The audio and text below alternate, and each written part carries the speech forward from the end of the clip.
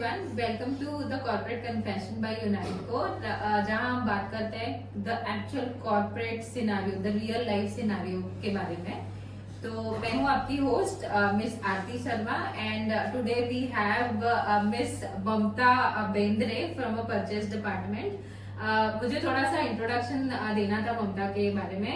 ममता unite core में पिछले 5 साल से परचेज डिपार्टमेंट देख रहे हैं। Now she is leading the purchase department entirely. So welcome Mamta, कैसा लग रहा है आपको? अच्छा लग रहा है। और जस्ट एक एक्सपीरियंस पॉइंट ऑफ व्यू से पूछना चाहती हूँ कि कैसा लगता है आपको, मतलब एक ही कंपनी में पिछले 5 साल से होकर वही सेम डिपार्टमेंट हैंडल करना और आज वो टीम को लीड करना, हाउ यू फीलिंग? जब एक्चुअली स्टार्ट में आए थे हाँ, तब मैं हाँ। अकेली थी जब परचेज डिपार्टमेंट स्टार्ट हुआ था। और तब का एक्सपीरियंस और आज का एक्सपीरियंस बहुत अलग है। उस टाइम पे सब हमने अकेले से स्टार्ट किया था और अकेले खुद सीखा था और सब स्टार्ट कर दिया था। और अभी टीम है जिनको हम सिखाते हैं और वो बहुत अच्छे से सीखते भी है। तो मजा आता है कि हम हमारा नॉलेज किसी और को ट्रांसफर कर रहे हैं और उनसे करवा के ले रहे हैं, तो अच्छा लगता है। और आपने आपका करियर यहीं से स्टार्ट किया था और मतलब हाउ इट वाज, और आपने सेम परचेज प्रोफाइल से ही आपका करियर स्टार्ट किया हुआ है और कि कैसे? एक्चुअली मैं पहले सपोर्ट डिपार्टमेंट में थी। अच्छा। जिसमें लोगों का वो एप्लीकेशन बनाते थे ओके। और उनका सपोर्ट हम लोग देते थे। तो एकदम 360 डिग्री में चेंज। हाँ, राइट। बट उस टाइम पे एक्चुअली जस्ट पास आउट हुई थी और Okay, जॉब okay. देख रही थी, तो उस टाइम पे वो अच्छा था तो मैंने कर लिया। कंप्लीट फ्रेशर की कौन से डायरेक्शन में जाना है। राइट। बट यहाँ पे आने के बाद मुझे वो जो जॉब है वो अच्छा लगने लगा और मुझे पता चला कि परचेज में हम कुछ कर सकते हैं और इसमें ग्रोथ है और स्कोप भी है और मजा आता है करने में, तो इसकी वजह से। ठीक है, वेरी गुड। आपका एक्सपीरियंस और आपकी जर्नी काफी अच्छी रही है। हमारा एक कन्फेशन राउंड है। We can start with our confession round which is confess और इम्प्रेस, जहाँ पे मैं आपसे सवाल पूछूंगी, आपको कन्फेस करना है, मैं आपको ऑप्शन भी दूंगी और या फिर आपको इम्प्रेसिव तरीके से जवाब देना है। तो सबसे फर्स्ट क्वेश्चन ये है कि व्हाट इज योर प्रेफरेंस जब आप ऑफिस में आते हो? What you do? आप अपना ईमेल चेक करते हो या you go and have your coffee? नहीं, पहले तो मैं कॉफी लेती हूँ। कॉफी से सारे सिस्टम स्टार्ट होते हैं, फिर मैं ईमेल देखती हूँ। थोड़ा कैफीन अंदर जाए तो एनर्जी आए। कॉफी के बिना कुछ चलता ही नहीं है। And then your email. ठीक है, आप किस तरीके का वर्क स्टेशन प्रीफर करोगे if you get an option कि आपको एक नॉर्मल कैबिन जैसा ऑप्शन चाहिए, स्पेस चाहिए, या एक परफेक्ट बीच टाइप का ऑप्शन जहाँ पे यू गेट अ वाईफाई का ऑप्शन प्लस आपको एक बीच साइड एक लैपटॉप दे दिया, उस तरीके का सेटअप, या फिर नॉर्मल आपको नॉर्मल जो सेटअप होता है ऑन द फ्लोर? तो what will be your preferable option? मुझे एक्चुअली ये तीनों का मिक्सचर चाहिए। जैसे कि एक ऑफिस सेटअप हो, सामने ग्लास वॉल हो जहाँ से मुझे सब बीच वगैरह एचआर देख रही है, एचआर देख रही है, सुन रही है। ये सब कर सकते हो तो करो। तो वहाँ पे फिर मैं लंच ब्रेक में जाके मैं बीच घूम के आ सकूं। ओह माय गॉड, बजट बढ़ाना पड़ेगा। तो ये सब मतलब ऐसा होना मिक्स ऑफ ऑल, हाँ। इन शॉर्ट हमको सारा कुछ मिक्स करके चाहिए। और एक चीज पूछनी है, एचआर यहाँ पे भी देख रही होगी, कोई एक चीज ऐसी जो आपको चेंज करनी है, अगर आपको ऐसा ऑप्शन मिले कि आप वो एक सजेशन जैसे दो that you want to change forever from the company. Actually late mark वाला जो सिस्टम है वो मैं चेंज करना चाहती हूँ। अब तो डर लग रहा है मुझे। तो HR देखेंगे तो ज्यादा डायरेक्टली पता चल जाएगा उनको कि मैं क्या कहना चाहती हूँ। प्लीज उसको टैग मत करना, प्लीज रिक्वेस्ट है। बस मतलब ये मैं चेंज करना चाहती हूँ कि लेट मार्क लोगों का कंसिडर नहीं होगा, बट लोग आवर्स कंप्लीट करेंगे तो टेकन। और एक लास्ट क्वेश्चन है ये कि आप अपना एक लीडरशिप चेयर पे बैठते हो अभी, तो हाउ यू फील जब आपको कोई डेडलाइन आता है कि कोई डेडलाइन दी जाती है that you have to complete this work between this deadline, तो आप उसको कैसे लेते हो? स्ट्रेस जैसे लेते हो या फिर नहीं भाई मुझे करना है, I have to complete this? What is your first opinion और फर्स्ट थॉट जब आपको कोई डेडलाइन से कोई टास्क दी जाती है? तो ओके, पहले जब कोई टास्क मिलता है तो उस टाइम पे मुझे कुछ सोचता नहीं है कि क्या करना है, बट मैं एक्सेप्ट करती हूँ कि हाँ भाई मुझे करना तो है, करना तो है। फिर बाद में जब आती हूँ डेस्क पे, उसके बाद थोड़ा दिमाग चलने लगता है कि हाँ हम ये टाइम के लिए हम ऐसे कंप्लीट कर सकते हैं, वैसे कंप्लीट कर सकते हैं।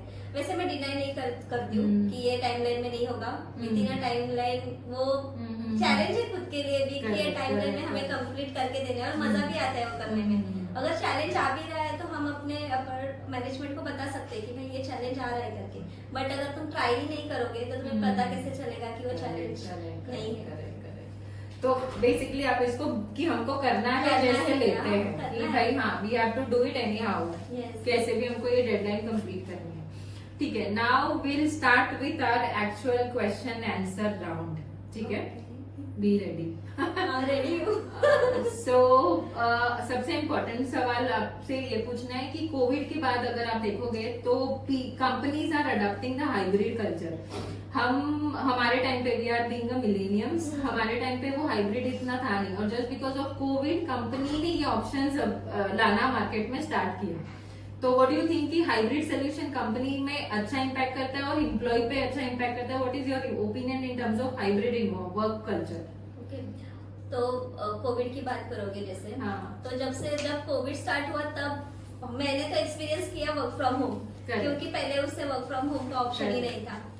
बट पर्सनली मुझे वर्क फ्रॉम ऑफिस पसंद है, बट जो लोग प्रेफर करते हैं कि हाइब्रिड अच्छा है, क्योंकि लोग ऑफिस भी आना पसंद करते हैं और वर्क फ्रॉम होम भी पसंद करते हैं। फैमिली लाइफ भी बैलेंस करना। एक्चुअली अभी ट्रैवलिंग आपको पता है कि मुंबई में ट्रैवलिंग कितना बढ़ गया है, लोग रश कितना बढ़ गया है, काफी टफ होता है। तो वो कम करने के लिए हम कुछ दिन ऑफिस में, कुछ दिन घर पे वैसे कर सकते हैं, और लोगों से भी इंटरेक्ट होना चाहिए। जो हमारे टीम मेंबर्स हैं उनसे भी इंटरेक्ट होना चाहिए।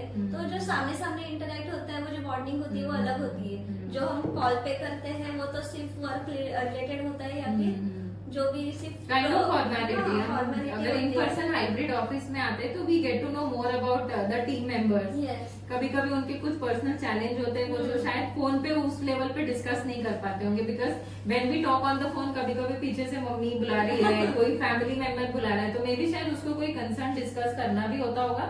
तो वो team member being a human ऐसे सोचता है ना, जाने तो ऑलरेडी वो घर के इतने चैलेंजेस में है तो क्या डिस्कस करें। वेयर हम ऑफिस में होते हैं तो वो थोड़ा डिफरेंट होता है, और वो टीम बॉन्डिंग में भी कंपैरेटिवली हेल्प करता है। तो हाइब्रिड में तो यही अच्छा है कि हाइब्रिड वर्क फ्रॉम होम भी अच्छा है और ये भी। हाँ, तो आपका ऐसा बोलना है कि हाइब्रिड होना चाहिए ताकि हम दोनों चीजें बैलेंस कर सके। हाँ, सिर्फ इतना एक मुझे डिसएडवांटेज लगा कि जब हम वर्क फ्रॉम होम में होते हैं तो कम्युनिकेशन जो होता है टीम के साथ, हाँ। वो ऑन कॉल बढ़ जाता है, फिर हमारा स्क्रीन टाइम और ये कॉल का वो बढ़ जाता है। जबकि हम लोग ऑफिस में होते हैं तो सामने सामने वो क्लियर आउट कर सकते हैं। तो वो मुझे ज्यादा वर्क फ्रॉम ऑफिस में अच्छा लगता है कि जल्दी काम हो जाता है। जो यहाँ पे 15 मिनट में हो रहा है, वर्क फ्रॉम होम में वो चीज के लिए हम 30 मिनट 1 आवर, क्योंकि कोऑर्डिनेशन ही कर रहे हैं। करेक्ट तो वो वाली चीज है। करेक्ट है। और कंटिन्यू वो स्क्रीन पे रहना, वो भी एक टाइम के बाद है ना थोड़ा इरिटेटिंग हो जाता है। मतलब हम लोग एक ही काम के लिए हम लोग 10-12 कॉल, और एक ही काम के लिए we even have to coordinate with accounts and then purchase and then support sales, तो वो भी काफी हेक्टिक हो जाता है। एक ही मैसेज तो करने का। हाइब्रिड आप is most preferable according to. Actually hybrid ही है अच्छा। ठीक है, now will talk about the actual scenario जो हमारा एआई अडॉप्शन चल रहा है। तो आपका एआई अडॉप्शन पे क्या ओपिनियन है? Is it a positive way कि नेगेटिव वे? इस तरीके से एक्चुअली पॉजिटिव ही है। पॉजिटिव हमें लेना चाहिए, क्योंकि अभी जो वर्ल्ड पूरा अडेप्ट कर रहा है एआई, तो तुम उसको डिनाई नहीं कर सकते। एक तो है कि पॉजिटिव उसका क्या है कि वो तुम्हें तुम्हारा जो काम है उसमें हेल्प कर रहा है, उसको आपको असिस्ट कर रहा है। तो एआई को एज अ कोवर्कर आप देख सकते हो। वो ह्यूमन ब्रेन को रिप्लेस नहीं कर सकता, क्योंकि वो इनोवेटिव हमें होगी, उसको कमांड देना पड़ेगा तब वो हमें वैसे आंसर देगा। बट ह्यूमन ब्रेन को रिप्लेस नहीं कर सकता। तो उसको एज अ कोवर्कर देखो।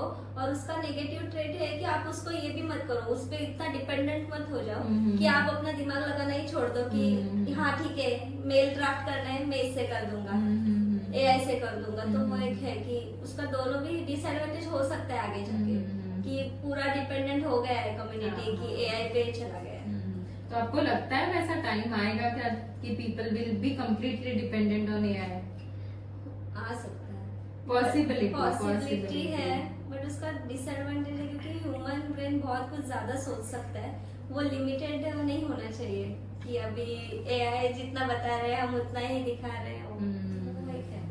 अभी एआई से रिलेटेड अगर आप देखोगे ना, कई सारे इंस्टा वगैरह पे, सोशल मीडिया पे there are so many trends are going on.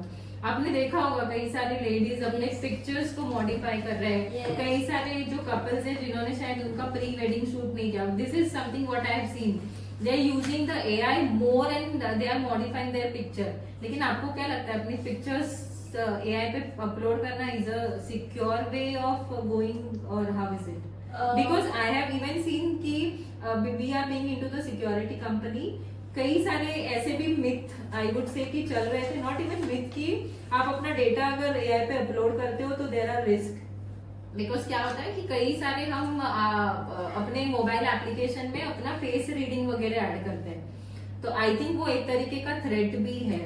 Threat तो है, लेकिन थ्रेट तो आपको कहीं से भी मिल सकता है, जैसे कि आपके सोशल मीडिया प्रोफाइल पे आपके पिक्चर्स है, हाँ, WhatsApp that also प्रोफाइल पे people can पिक्चर्स है, download और AI तो use करते हैं। AI पे यूज कर सकते हो।